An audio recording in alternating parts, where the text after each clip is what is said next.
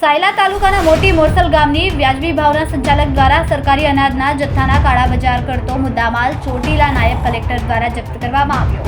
નાયબ collector Chotila ST Makwana અને તેમની ટીમ દ્વારા માર્કેટિંગ યાર્ડ ચોટીલા પાસેથી સાયલા તાલુકાના મોટી મોરસલ ગામના સરકારી વ્યાજબી દુકાનના જથ્થો ઝડપી પાડ્યો.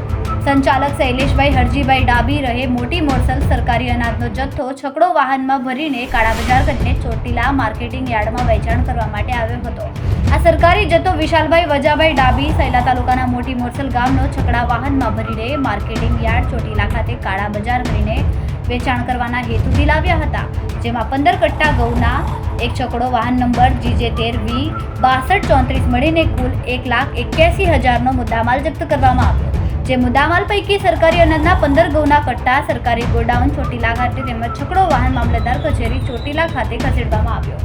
આમ સાયલા તાલુકાના મોટી મોરસલમાં આવેલ સરકારી વ્યાજબી ભાવની દુકાનના સંચાલક શૈલેષભાઈ હરજીભાઈ ડાબી રહે મોટી મોરસલવાળાએ કુલ સરકારી અનાજના 15 કટ્ટાનો કાળા બજાર કરીને ખુલ્લા બજારમાં મોટી કિંમતે વસૂલ કરવાના ઈરાદાથી વેચાણ કરીને જાહેર વિતરણ વ્યવસ્થા પ્રતિકૂળ અસર પહોંચાડવાનું ગેરકાયદેસર કૃત્ય કર્યું હતું. તેની વિરુદ્ધ નિયમો અનુસાર કાર્યવાહી હાથ ધરવામાં આવી છે.